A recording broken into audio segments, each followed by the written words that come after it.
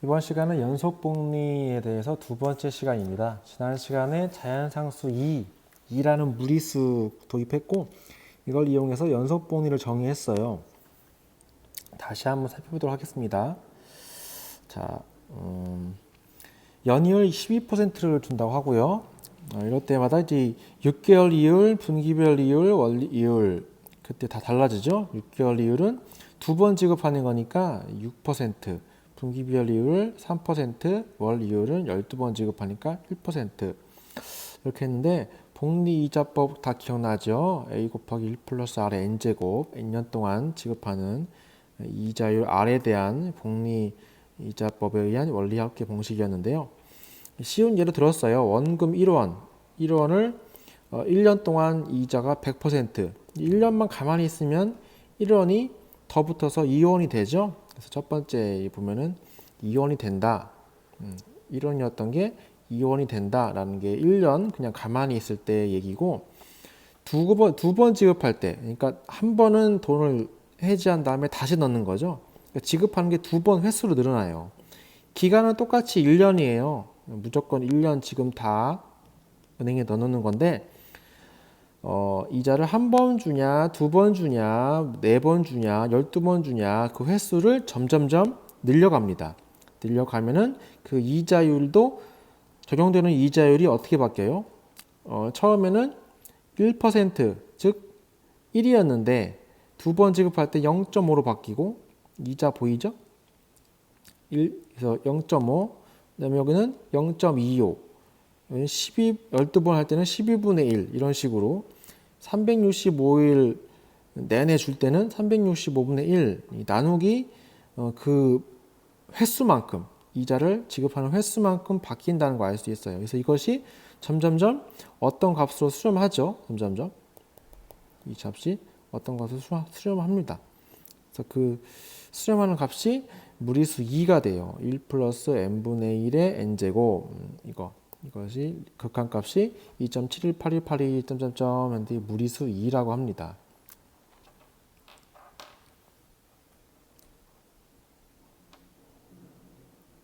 그래서 뭐 무리수 2의 특징도 좀 얘기했었고 했는데, 이거 이제 공식화한 교과서에 나와 있죠. 이거를 그 원금 이제 A1이고, 원금이 A1이고, 좀 지워서 합시다. 이 문자화해서 이제 바꾼 거죠. 문자화해서 바꾸면은 원금이 A고요. 이자가 R. 그다음에 이게 소문자 M이 생겼는데 M은 몇 번 지급하냐? 뭐 12번인 경우는 M이 12가 돼 있고 365번 지급하면 365로 바뀌는 거예요. 그래서 그 이자를 R이라는 이자를 M번으로 나누어 줘야죠. 했을 때 이것의 미래 가치는 이렇게 A 곱하기 1 플러스 R분의 M의 Mn제곱. 왜 Mn제곱이 되죠? 예, 아까 다시 한번 보면은 여기 지급하는 횟수가 늘어날수록 여기 지수도 점점점 늘어나죠. 처음에 이자가 한 번 붙던 거, 처음에 한 번 붙을 때는 그냥 2원 되었죠. 두 번 붙을 때는 여기 지수가 2가 되었고요. 네 번 줄 때는 지수가 4로 붙었고, 12번 주니까 지수가 12, 365번 주니까 지수가 365, 이런 식으로 계속 되겠죠. 근데 이걸 1년 지급할 때 A고, 뭐 2년, 3년 동안 지급할 때는 어떻게 되겠어요? 이제 여기다가 그 기간을 더 곱하면 되겠죠.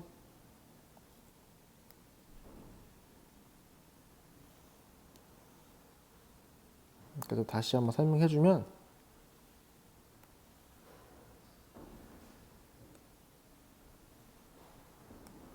새로운 곳에다가 다시 쓰도록 하겠습니다. 다시 뭐 아까 쉬운 예로 연이율 100%로 하고 원금 1원, 아까 1년이었죠. 2년으로 바꿔볼게요. 2년 전 지급했을 때 그러면 좀 이제 극단적인 예로 365번 준다 합시다. 365번 바로 점프해서 설명할게요. 365번 설명했을 때는 처음에 1원이었던 것이 어떻게 됩니까? 이게 하루 지나면 1 곱하기 1 플러스 이 100%인데 100%는 1이죠. 1. 그래서 근데 365번 준다 했으니까 365분의 1만큼 이자가 붙을 거예요. 그러니까 하루 지났을 때 이틀 지나면 2일 지나면 1 곱하기 1 플러스 365분의 1의 제곱이 되겠죠? 점점점. 1년이 지났어요. 1년은 365일이 지났을 때 얘기겠죠? 그럼 1 곱하기 1 플러스 365분의 1에 365 제곱이 붙겠죠. 근데 지금 2년간 지급한다 했죠. 2년 후면 365의 2배니까 365 곱하기 2. 얼마인가요? 730일인가요? 그죠? 600일 130일 더하면 그렇죠? 730일이죠? 그럼 어떻게 돼요? 1 곱하기 1 플러스 365분의 1 이자는 붙고 365가 아니고 730제곱이 되겠죠. 이걸 다시 쓰면 730이라는 게 뭐예요? 365 곱하기 2. 요 2가 n이에요. 2가 n. 365가 선문자 m인 거죠. 그러니까 이거를 공식화하면 원금 A, 1원이 원금 A였죠. A. 그다음에 1 플러스 뭡니까? 365가 M이죠. 여기 M, 선문자 M. 그다음에 1이란 건 여기선 R이에요. R. 이자율 100% 곱하기 M, N이 된다. 그렇죠? 이게 365번 했을 때 경우고 이거를 이제 어떻게 해요?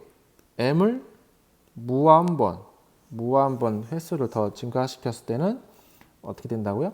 이거를 이제 이렇게 리미트 m이 무한대로 가고 a 곱하기 1 플러스 m분의 r의 mn 이거를 이제 도식화하면 리미트 m이 무한대 a 곱하기 1 플러스 m분의 r 이거를 r분의 m 이렇게 만들어요. 이것에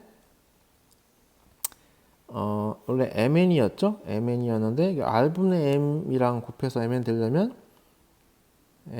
rn이 되면 되겠죠? 그래서 이거 대괄호 안에 있는 게 뭐가 돼요? a 2가 됩니다. 요만큼 그 2가 뭐였어요? 1의 무한대라 했죠? 1의 무한대 다시 얘기하면은 1 플러스 n분의 1의 n이 무한대로 갈 때 또 다시 표현하면은 1 플러스 그걸 뭐라고 한다 했죠? 세모분의 1 세모 이렇게 된다 했죠? 그러니까 세모 같은 꼴이라 한다 했어요. 그러니까 m분의 r이면 여기가 r분의 m 역수를 취해주면 됩니다. 그래서 a2의 rn제곱이 됩니다. 이렇게 원금 a 그다음에 r 이자율 n 몇 년 동안 했냐 이렇게 해서 계산할 수 있거든요. 그렇게 공식화한 것이 바로 이거죠. 여기 70페이지에 맨 위에 나와 있는 요겁니다. a2의 rn 제곱 이걸 이용해서 문제를 연속 폭리를 구할 수가 있습니다. 그래서 예제 14번, 15번, 문제 8번까지 풀어볼 건데요. 자, 같이 해볼게요.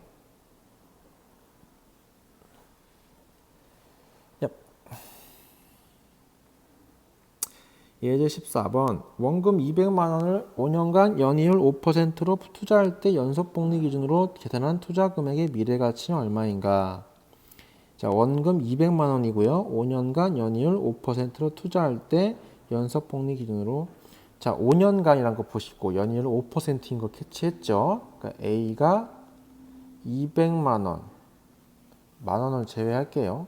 그 다음에 기간 n이 5년인 거 보이죠? 그 다음에 r은 5% 0.05로 바꾸고요. 연속복리 기준으로 이제 미래가치 얼마인가? 연속복리를 이용해서 무한번 지급했을 때 5년 동안 무한번 지급해라는 얘기죠. 어떻게 됩니까? 풀이 보면 뭐 굳이 공식이 잘 기억 안 나면 그 과정을 좀 기억하면 좋을 것 같아요. 여기 복리법 기억나죠? 복리법? 복리의 원리합기는 a 곱하기 1 플러스 r의 n제곱 이걸 이용해도 돼요. 여기서 이제 a가 여기 소문자 a와 똑같은 거죠. 여기서 이거를 무한번 지급한다. 무한번 지급하는 개념으로 바꾸면 m분의 r n m 여기 m이 붙은 거 보이죠? 이걸 첨가해서 이거를 어떻게 하면 되냐? 내가 m을 무한대로 보내버리면 이제 어떻게 되는지 알 수 있죠. rn 이렇게 된다 했죠. 뭐 이걸 해도 되고 아니면 공식을 바로 이용할 수도 있고요. 네. 그래서 풀이 해보면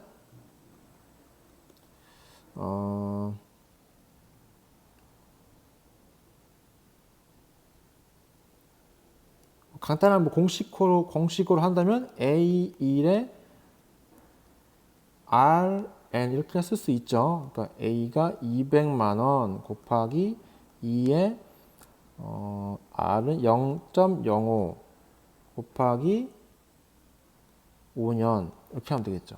그래서 200만 원 곱하기 요게 이제 주어져야겠죠. 0.25인데 2에 0.25 이걸 주어줘야겠죠. 문제에서 근사값을 구하면 이제 만원 미만 필요했으니까 256만 원이 됩니다.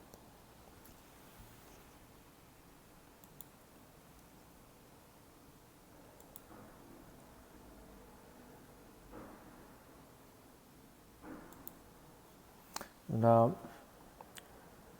그렇죠. 이렇게 할 수 있죠. 그 다음에 문제 예제 15번을 보면요. 연속복리로 계산할 때 이자율이 연 10%일 경우 5년 후에 미래가치 100만 원의 현재 가치를 구하여라. 만원 미만 버림. 연이율 10%고요. 5년 후에 미래가치가 100만 원이다. 이건 문제가 이제 거꾸로죠.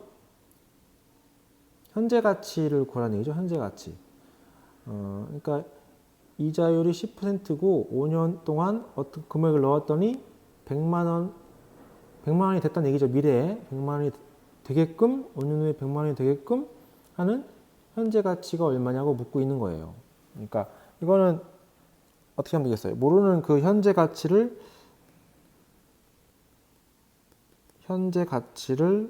A라고 합시다. 그러니까 현재 넣기 전에 금액인 거죠. 아직 투자하기 전이죠. A1이라고 했을 때 지금 A에다가 이제 10% 연이율 5년 후에 미래가치가 100만 원이다. 그러면 연속복리로 한다 했죠. 연속복리로 중요한 사실이죠. A에 2에 R n제곱 이걸 떠올립시다. 그러면 A 2는 무리수고 R이 0.1이고요. 그다음 n년은 5년을 얘기하는 거죠. 이것이 100만 원이 됐다는 얘기죠. 우리는 A를 구하고 싶은 거죠. A는 그래서 100만 원 나누기 2의 0.5 제곱 나누면 되겠죠. 요거 이제 또 주어져야겠죠. 문제에서. 물론 뭐 그 공학계산기 이런 걸로 쓰면 뭐 금방 알 수 있다는데 한번 해볼까요? 공학용 계산기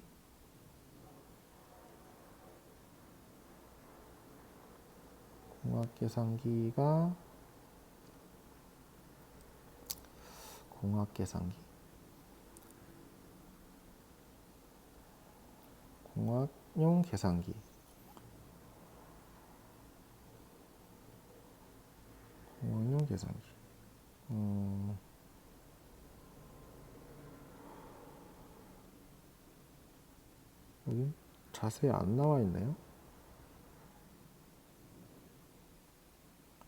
2가 없네요. 2가 왜 없을까요?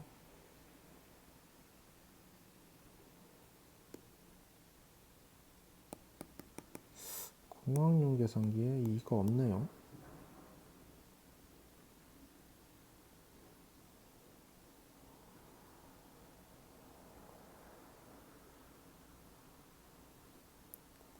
공학용 계산기에 이가 없네요. 하여튼 그건 이제 문제에서 주어질 거니까 그렇게 이해하도록 합시다.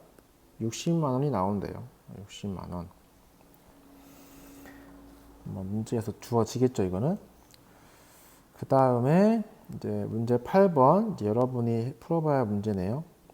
잠깐 화면을 멈추고 풀도록 하겠습니다. 원금 400만 원을 4년 동안 연이율 5% 이자를 주는 은행에 저축하였다. 연속복리 적용할 때 4년 후에 연리학금 얼마인가? 수능 미번 버림. 자, 한번 풀어보세요. 3분 동안 풀겠습니다. 시작. 물론 이제 문제에서 그 2에 얼마 제곱을 주어지긴 하겠죠. 주어져야 하는데 공학용 계산기가 왜 없는지 2가 나와야 할 텐데.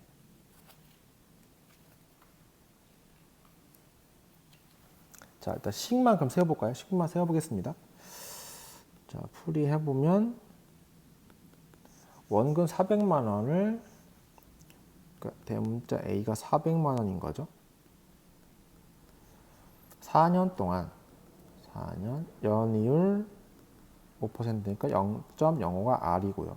대문자 R로 합시다. 공식대로. 연속복리로 4년 후에 원리합기는 얼마냐? 자, 풀이 어떻게 되죠? A, 2에 R, N이에요. 400만 원 곱하기 2에 0.05 곱하기 4년 하면 400만 곱하기 2에 0.2 2에 0.2가 주어질 겁니다. 그러면 대략 488만 5천 원이라고 하네요. 이렇게 계산할 수가 있을 겁니다. 다시 정리해보면요. 좀 공식을 좀 제대로 익히는 게 중요할 것 같아요. 그러니까 우리가 이제 복리법의 원리합기 계산하는 법은 a 곱하기 1 플러스 r의 n제곱이었는데 연속복리에서의 원리합계는 어떻게 바뀐다? 대문자 a 이거 같은 a 한 겁니다. a에다가 1 플러스 r이라는 게 원래 한 번만 지급했던 것을 이제 n번 더 많이 지급한 걸로, 그 다음에 n년 동안 n번 소문자 n번만큼 지급한 여기 복리합계인데 연속복리 원리합계인데 이것을 m의 횟수를 무한히 늘리면 a 곱하기 요 부분이 식 처리가 아까 영상 보면 알겠지만 2로 바뀐다는 거. 1 플러스 n분의 그것도 r로 바꿀게요. 대문자로 r의 m제곱 rn. 여기 rn이 이렇게 튀어나와요. 됐죠? 아직 무한대로 가지 않았으니까 같은 식이고, 그래서 이것을 무한대로 이제 보내버리면 이만큼 1 플러스 m분의 r r분의 m rn 요만큼이 무리수 2로 갑니다. 그래서 우리가 알고 싶은 건 연속복리의 결과는 a 곱하기 2의 rn제곱이다. 이렇게 해서 정리할 수가 있을 겁니다. 다음 시간에 71쪽 단리, 복리, 연속복리 3개 비교하는 거를 공부하도록 하겠습니다. 경제기사 하나 읽고 마치도록 할게요. 매일 경제고요. 사업체 근로자 22만 명 감소, 통계 작성 후 처음. 일용직 상용직보다 열악, 숙박 음식점업 감소폭 가장 커. 경기부양 총력전. 표가 나와 있는데 사업체 종사자 수 사상촉 감소.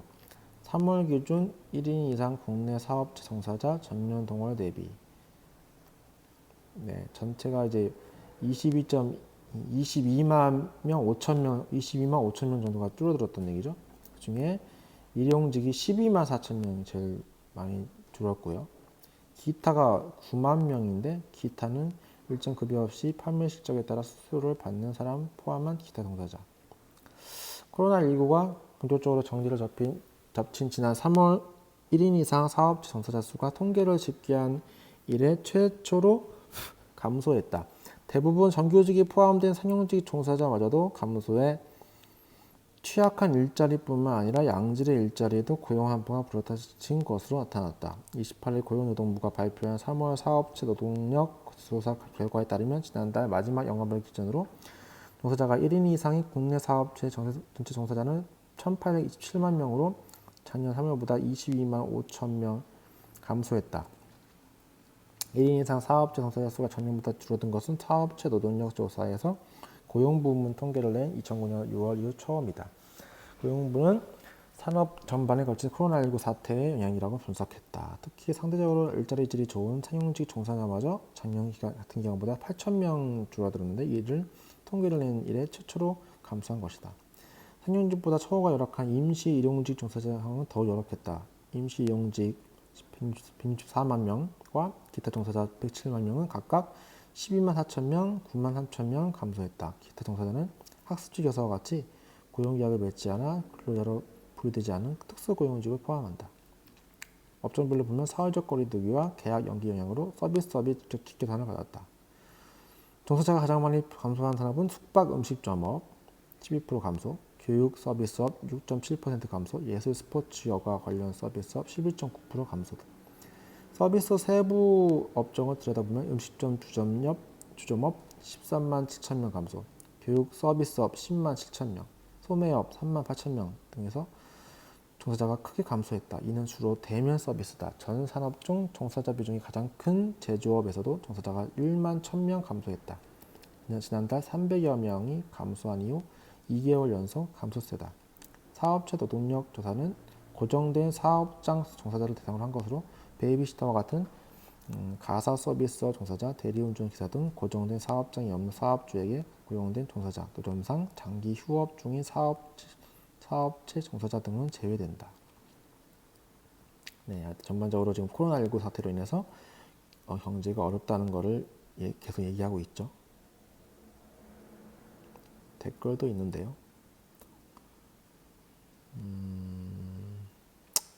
네, 뭐 자극적인 댓글도 많고 추경해서 덮어주면 되지 뭐.